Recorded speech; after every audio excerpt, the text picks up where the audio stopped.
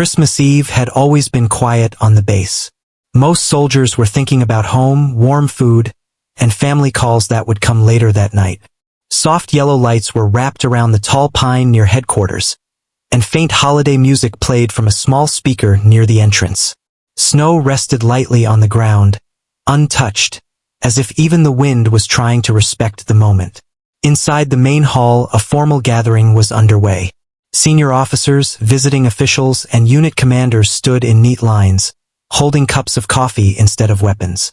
The mood was calm, almost relaxed. It was supposed to be a short ceremony, just a few words before everyone returned to their duties or quarters. No one expected anything unusual to happen, especially not on Christmas Eve. She stood near the back of the room, slightly apart from the others. Her posture was straight, her uniform clean but unremarkable. No extra medals caught the eye. No loud conversations followed her presence. To most people in the room, she looked like just another officer doing her job. Quiet, professional, invisible. Then the room changed. A senior official stepped forward and called her name. The sound cut through the soft background music, making several heads turn at once. Conversations stopped. Cups were lowered. She took one step forward, calm and steady, her boots echoing lightly against the floor. She had been called into rooms like this before. Rooms where the air felt heavy before anyone spoke the truth. The official cleared his throat and spoke in a firm, official tone. He said there were concerns about her status, questions about her authorization, doubts about whether she should still be carrying her badge. The words felt cold, especially on a night meant for peace and kindness. Whispers moved through the crowd.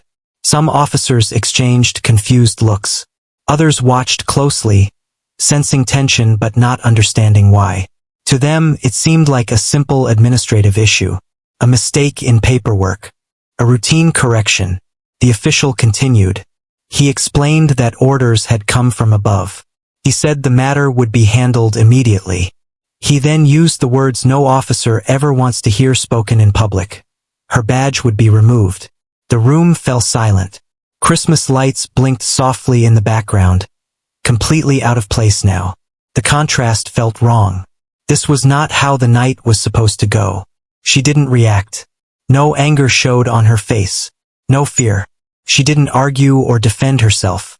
She simply stood there, eyes forward, breathing steady.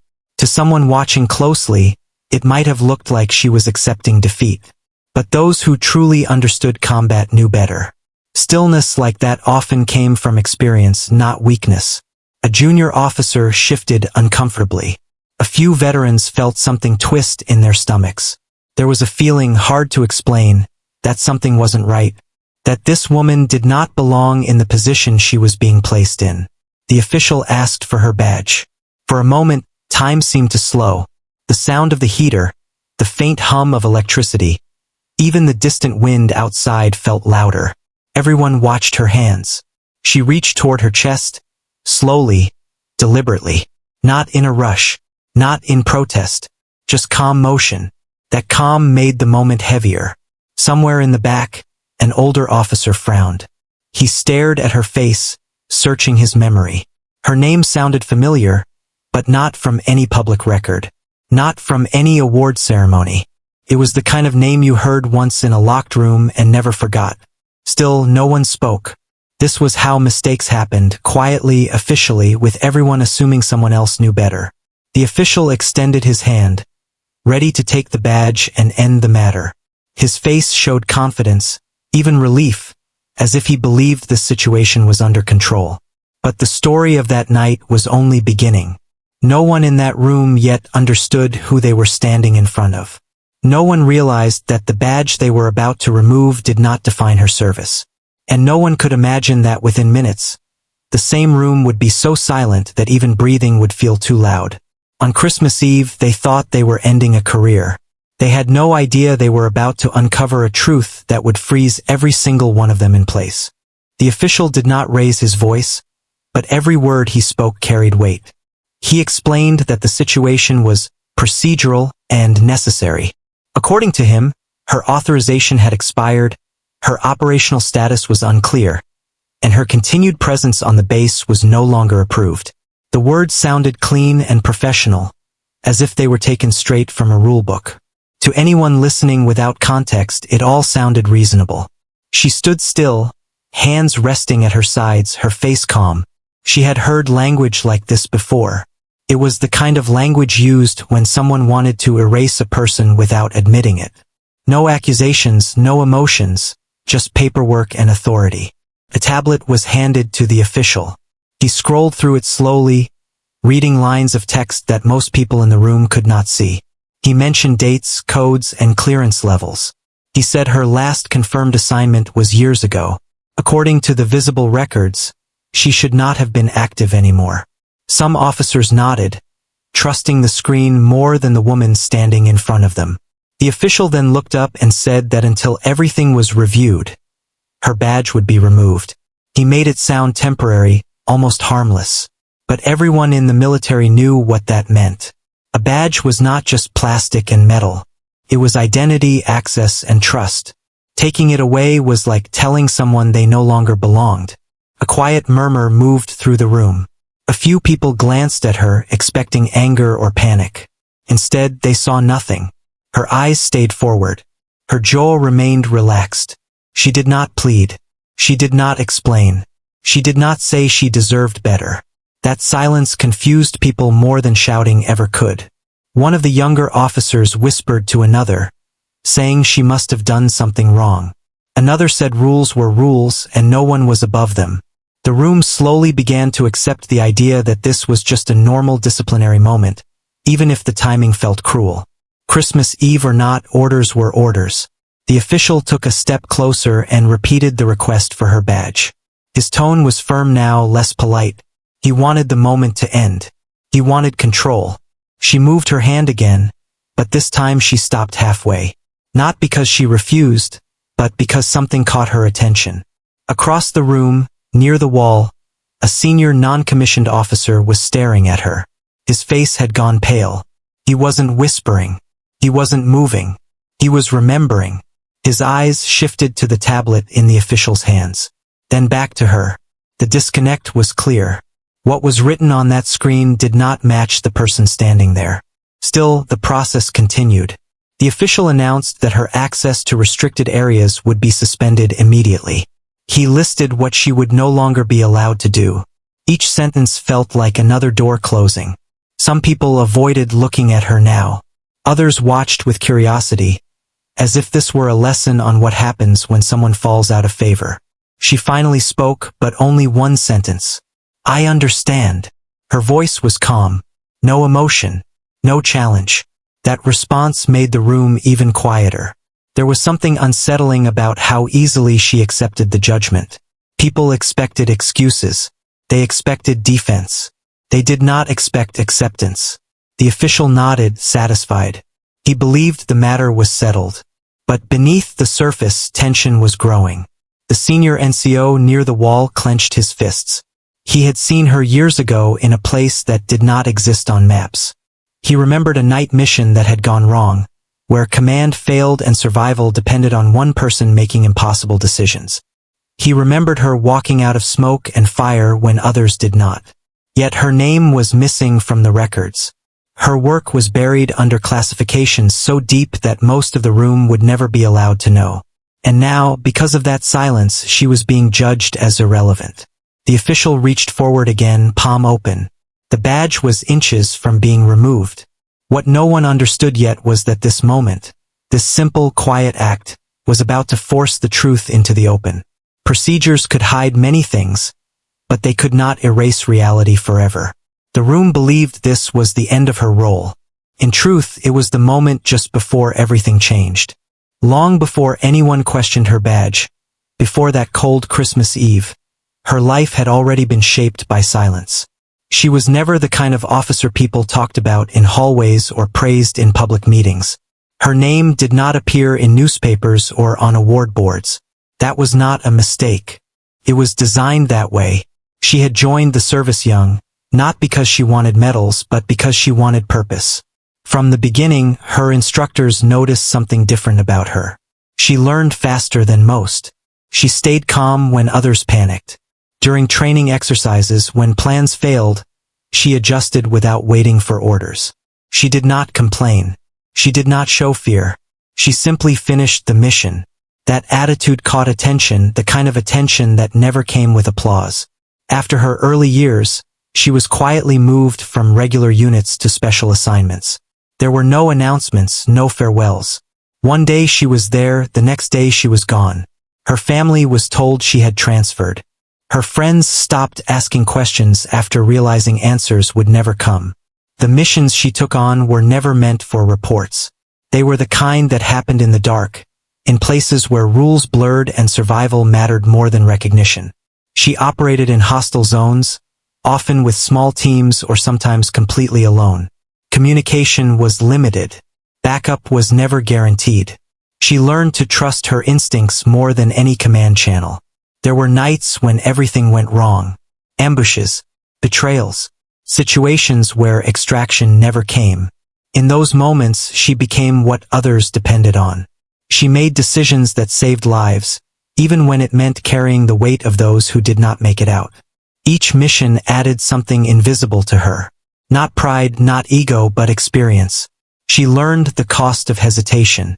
She learned that sometimes the only way forward was through. She learned how quiet the world becomes when survival is the only focus. Her records began to disappear as her missions grew more sensitive. Files were split, locked, or erased from standard systems. Her name was replaced with codes. Her actions were confirmed only in classified channels. To the outside world, it was as if she had stopped moving forward. But she never stopped working. Years passed like this. While others rose in rank publicly, she moved sideways into deeper shadows. She trained elite units, then vanished again. She advised commanders who never asked her last name. She entered conflict zones that officially had no troops present. She left before sunrise, before questions could be asked. She did not decorate her uniform with stories. Her uniform stayed simple. No one needed to know. Loss became part of her life. Teammates she trusted were gone in seconds. Missions succeeded at terrible costs. She carried those moments quietly. She did not talk about them. She did not seek comfort. She focused on the next task, the next life that might be saved by doing things right. Over time, that silence became misunderstood. To people who only saw official records, her career looked incomplete. Gaps appeared where years should have been. Promotions seemed delayed. Assignments looked short or unclear. Anyone judging her by surface details would think she had stalled or stepped aside. That misunderstanding followed her. By the time she returned to a regular base environment, many of the people around her were younger, less experienced, and completely unaware of what she had done. They saw a woman with an ordinary uniform and an unremarkable presence. They did not see the years spent making impossible choices. She never corrected them. She believed that respect earned through fear or numbers meant nothing. Real respect came from knowing yourself and your limits. She had nothing left to prove. So when questions about her status began to rise, she was not surprised. She had seen this pattern before. When work was hidden long enough, people forgot why it mattered. Systems relied on visible proof. Silence confused them. On Christmas Eve, standing in that room, she carried all of that history with her. Every mission, every loss, every decision that never made it into a report. The people questioning her saw only gaps. They did not see the reason those gaps existed. They did not understand that her career was never meant to be understood by everyone. And as she waited calmly, with her badge about to be taken, she already knew one truth. Whether they remembered her or not, the past was still very real, and it was about to speak for itself. The room was filled with people, but understanding was rare. Most of the officers standing there judged her by what they could see. A plain uniform, no loud confidence, no visible power. To them, authority came from rank badges, medals, and how often a name was mentioned in meetings. She had none of that on display. Younger officers whispered among themselves. They were trained to trust systems, screens, and written records. If the tablet said her service was unclear, then that was the truth to them. They believed rules kept order and that questioning those rules was dangerous. In their minds, this was simple. Paperwork said she no longer belonged, so she didn't. A few even felt uncomfortable sympathy. Being stripped of a badge on Christmas Eve felt harsh. But sympathy was as far as it went. None of them felt the need to speak up. Silence was safer than doubt. Across the room, a different reaction was growing. Some of the older personnel were watching closely. They were not whispering. They were thinking. Years in service had taught them one lesson clearly. When something felt wrong, it usually was. They noticed how calm she was. Not fake calm. Not forced. The kind of calm that came from knowing more than everyone else in the room. One senior officer folded his arms and leaned back slightly. His eyes stayed fixed on her face. He had been in enough operations to recognize that stillness. He remembered moments before breaches, before firefights, before things turned bad. People like her did not panic when they were weak. They stayed calm because they were used to worse. Another veteran shifted his weight, his jaw tightening. He remembered a briefing years ago where a mission outcome was described without names. Just numbers. Just results. At the time, he hadn't questioned who had done the work. Now, watching her stand there, something clicked uncomfortably in his mind. Still, no one interrupted. The gap between generations was clear. The younger officers saw procedure. The older ones sensed history. The officials leading the process did not notice this tension. They were focused on control and order. They believed respect came from enforcing rules quickly and cleanly. From their perspective, allowing questions would make them look weak. So they continued. One official spoke about discipline and structure. He reminded the room that no individual was bigger than the system. Heads nodded. The words sounded correct. They always did. She listened quietly. She had heard similar speeches in places where lives were on the line, where decisions made by distant offices had almost gotten people killed. She knew the comfort those words gave to people who had never been forced to choose between bad and worse. Her silence was mistaken for submission. A younger lieutenant glanced at her briefly, then looked away. He thought it was sad how quickly careers could end. He told himself he would never let this happen to him. He would keep his records clean. Stay visible. Stay safe. He didn't understand that visibility was a luxury. The older NCO near the wall finally shifted again. His discomfort grew stronger. He remembered a night operation when communications failed and command froze. One voice had cut through the chaos, calm and direct, giving instructions that saved his unit. He had never known her rank then, only that she knew exactly what to do. That voice sounded like hers. But memory alone was not enough to challenge authority. Not yet. The officials prepared to finalize the action. Pens were ready. Digital confirmations waited to be tapped. The room felt heavy, like the air before a storm. Some people sensed it. Most did not. She remained still. Not because she had nothing to say, but because she knew timing mattered. Speaking too early would change nothing. Speaking too late would be pointless. She trusted that truth, once forced into the open, would speak louder than she ever could. The quiet respect from a few veterans stayed unspoken, but it was real. They watched her the way soldiers watch someone they would follow without question. Not because of rank, but because of presence. Those who doubted her were louder, but less certain than they realized. This moment showed the difference between knowledge and experience. Knowledge lived on screens and reports. Experience lived in people, in memories, in instincts that could not be explained easily. On the surface, it looked like she was losing everything. Underneath, something else was happening. The room was divided, even if no one admitted it. And that division was about to matter more than anyone expected. Just as the officials were about to finish the process, something small happened that changed the direction of the room. It did not come from the front table or from someone powerful. It came from a quiet voice near the side. One of the senior officers, a man who had spent decades in service, cleared his throat. It was not loud, but it was enough. People turned their heads. Interruptions like that did not happen often, especially during formal actions. He spoke carefully, choosing his words.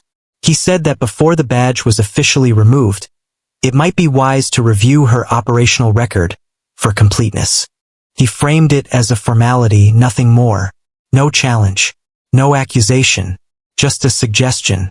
The officials paused. For a moment they looked annoyed. The process was already moving. Delays were inconvenient. But the man who spoke was respected. His years of service carried weight, even if his tone was calm. After a short silence, one of the officials nodded. He agreed. A full review, he said, would remove any doubt. It would show transparency. He sounded confident, almost relaxed, as if he believed the review would only confirm their decision. A data officer was signaled. Another tablet was brought forward, connected to a secure system. The room leaned into the moment without realizing it. Most people expected a short summary. Dates. Units. Nothing dramatic. She did not move. She already knew what was coming. She had lived long enough in silence to understand how truth sometimes arrived. Slowly, unwillingly, dragged out by procedure. The screen lit up. At first, it showed very little.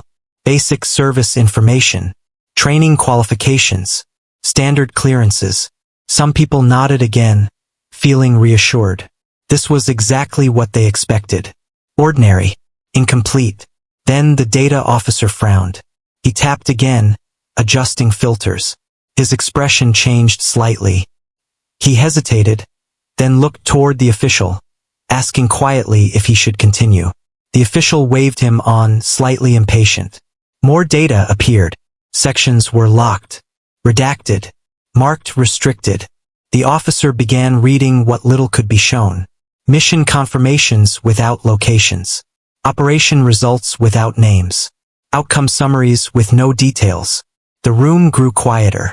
Someone whispered that it was unusual to see so many sealed entries. Another said maybe it was a system error. The official leaned closer to the screen, curiosity replacing confidence. The data officer swallowed and continued. He read out numbers, verified engagements, confirmed outcomes, high-risk operations. Each line was dry, almost boring in tone, but heavy in meaning. These were not training exercises. These were not simulations. These were real. A veteran in the back straightened slowly. His eyes widened just a little. He recognized the pattern now. Not the missions themselves, but the structure. This was how deep operations were recorded. This was how people disappeared from history while still shaping it. The official raised his hand, signaling for a pause. He asked what level of clearance was required to see the full record. The data officer answered honestly. It was higher than most people in the room had. That answer landed hard. The official's voice lost some of its edge. He asked why this information had not been flagged earlier. The data officer replied that it was not designed to be visible. The system was doing exactly what it was meant to do. Protect the truth. I slowly moved back to her. For the first time that night, people were not looking at her with pity or judgment. They were looking with uncertainty. She met no one's gaze. She had no need to. The senior officer who had spoken earlier said nothing more. He didn't need to. He had already done what experience told him was necessary. Slow things down before a mistake became permanent. The official ordered the data officer to continue reading what was allowed. More confirmations followed. More sealed entries. More proof that her career had not been empty, but deliberately hidden. A younger officer whispered, "How is this possible?" No one answered him. The room felt different now. The certainty was gone. The confidence that rules alone told the full story began to crack. Still, the most important detail had not yet been spoken. The number everyone would later remember had not yet appeared. For now, there was only a growing realization that they were not dealing with a forgotten officer. They were dealing with someone the system had buried on purpose. And as the review continued, the room unknowingly stepped closer to a truth that would leave no one untouched.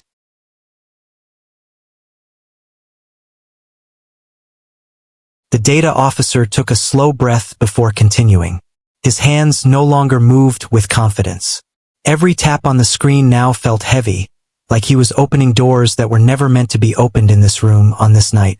He warned the officials that some information could only be summarized, not explained. The official nodded stiffly and told him to proceed. The next section appeared. This time, the entries were different. They were no longer just dates and mission codes. Numbers appeared beside each operation.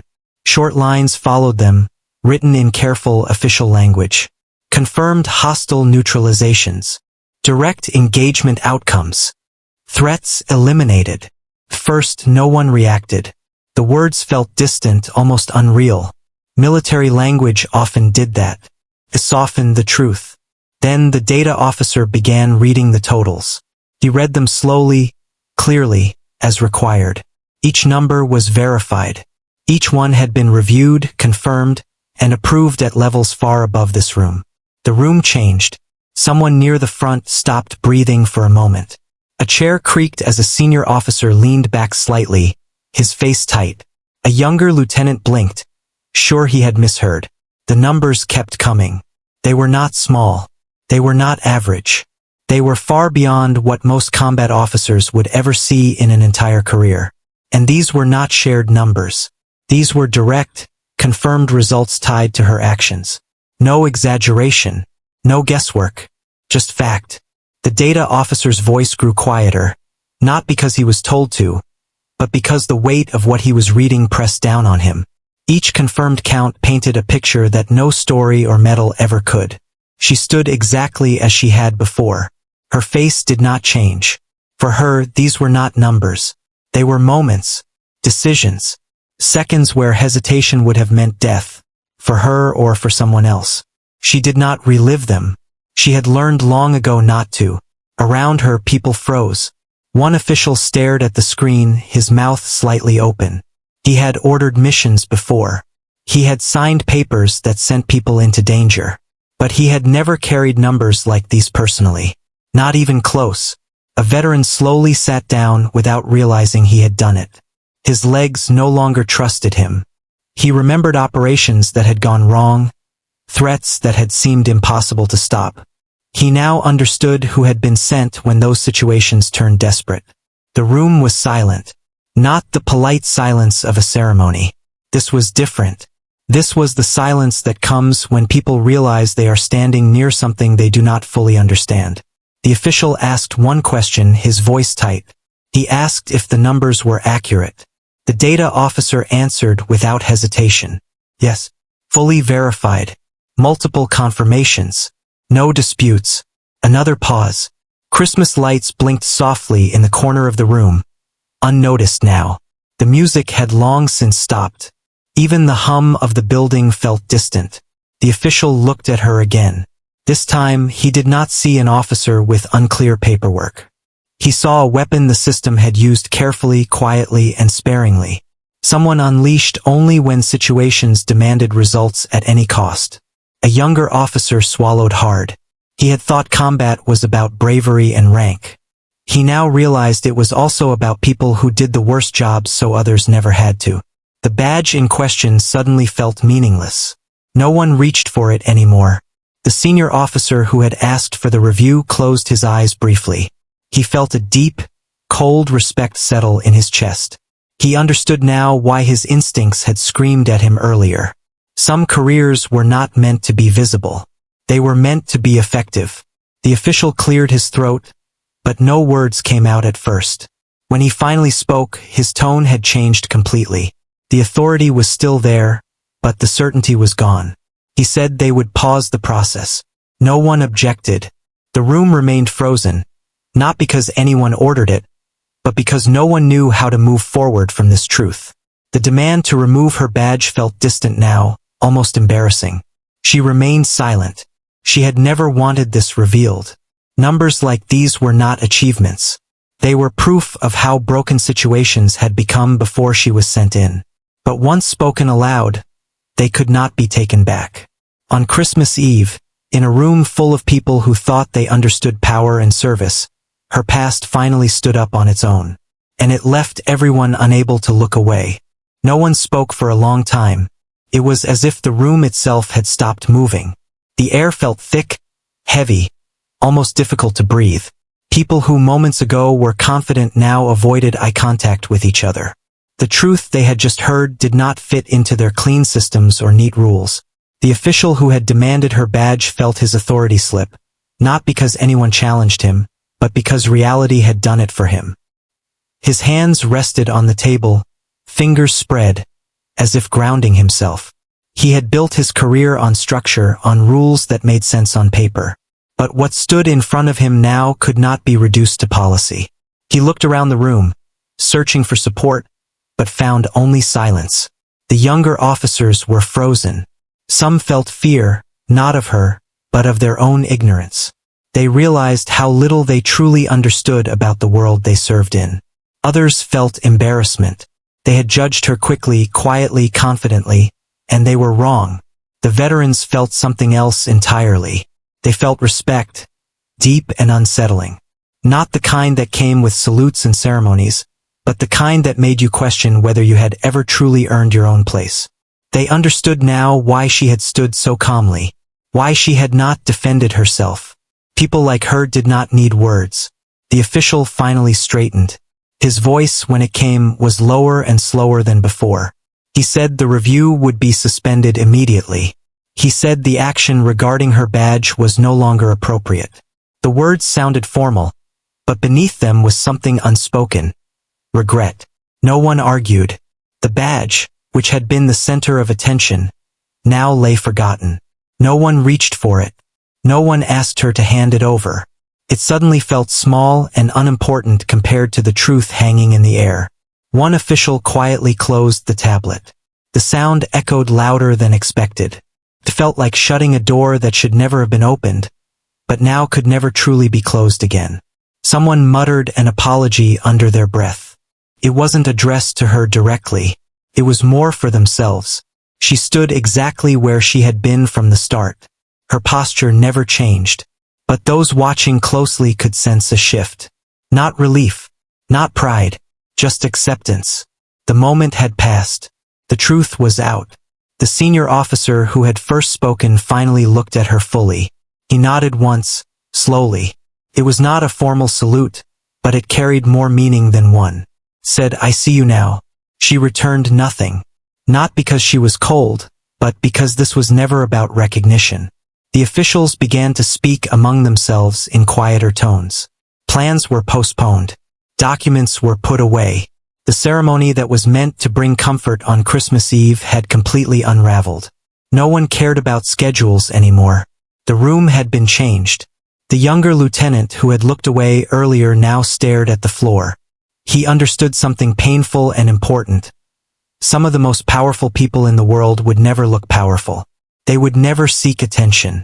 They would carry their burden alone. One of the officials cleared his throat again and addressed the room. He said the meeting was adjourned. He said everyone was dismissed. No one moved right away. People watched her instead, unsure of what to do next. Should they salute? Speak? Step aside? None of their training covered moments like this. She turned first. Without waiting for permission, she walked toward the exit. Her steps were calm, steady, unhurried. The sound of her boots against the floor felt different now, heavier, more real. As she passed, people instinctively stepped out of her way. Not because of fear, but because something inside them told them to. Respect does not always need instruction. The door opened, letting in a rush of cold air from outside. Snow drifted lightly in the night. The soft glow of Christmas lights reflected off the white ground, untouched and quiet. She stepped through the doorway. Behind her, the room remained silent. No one followed. No one spoke. They stood there, frozen not by command, but by understanding. They had almost erased someone who had carried more weight than all of them combined. And they would never forget how close they came to making that mistake. Outside, the cold night welcomed her without judgment. Snow fell slowly, quietly, covering the ground like a clean sheet. The base looked peaceful, almost gentle, as if nothing important had just happened inside. Christmas lights glowed along the buildings, soft and warm, unaware of the heavy truth left behind. She paused for a moment, breathing in the cold air, cleared her head. It always had. Nights like this reminded her why she had stayed invisible for so long. Silence was easier. Silence let her move forward without carrying other people's reactions. Behind her, the door closed. Inside that building, conversations would continue long after she left. Questions would be asked. Reports would be rewritten. Some people would struggle to sleep that night, replaying their own words and actions. Others would try to forget. But forgetting would not come easily. She walked across the snow-covered path toward the far end of the base. Her boots left clear marks behind her, but she knew they would disappear by morning. Everything faded eventually. She had learned to accept that. She did not feel victory. There was no satisfaction in being proven right. What happened inside the room was not something to celebrate. It was simply truth catching up, late and unwanted. Her phone vibrated once in her pocket. A short message appeared on the screen. It came from a secure contact she hadn't heard from in months. Stand by. That was all. She stopped walking and looked up at the dark sky. Clouds moved slowly, hiding the stars. She understood the message immediately. Moments like this always led to something else. When the system remembered who she was, it rarely did so for comfort. She did not sigh. She did not hesitate. She turned the phone off and placed it back in her pocket. For a brief moment, she allowed herself to think about the past. Faces she would never see again. Voices that lived only in memory. Choices that could not be undone. She did not regret them, but she carried them carefully, like fragile glass. Those experiences had shaped her into someone the world needed but rarely understood. Inside the base, the officials would return to their families later that night. They would exchange gifts, share meals, and try to explain why they were quiet. Some would say they were tired. Others would say work was stressful. None would fully explain what it felt like to stand in front of a living record of decisions made in war. One senior officer would sit alone in his office long after midnight. He would stare at the snow through his window and think about the difference between rank and responsibility. He would finally understand that the system he trusted depended on people like her, people it could never fully recognize. The younger officers would learn a lesson no training manual could teach. That authority did not always look like power. That danger did not always announce itself. That judgment without understanding could be more dangerous than any enemy. And she would keep moving. She reached the edge of the base where the lights were fewer and the shadows deeper. A guard nodded at her, respectful but unaware of the full story. She nodded back. That was enough. She did not look back. Her path was not one that allowed long stops or clear endings. It never had been. Her role was not to be remembered by rooms full of people, but to act when action was needed, and to disappear when it was done. That night, Christmas Eve passed quietly for most of the world. Families laughed. Children slept. Music played softly in warm homes. Somewhere between those moments of peace, unseen work continued. She walked into the darkness on her own terms, exactly as she always had. The badge still rested on her chest, but it no longer mattered. It never truly had. What mattered was that when the moment came, she would be ready again. Because some stories are not meant to end with applause. They end with someone walking away into the night, carrying a truth only a few will ever fully understand.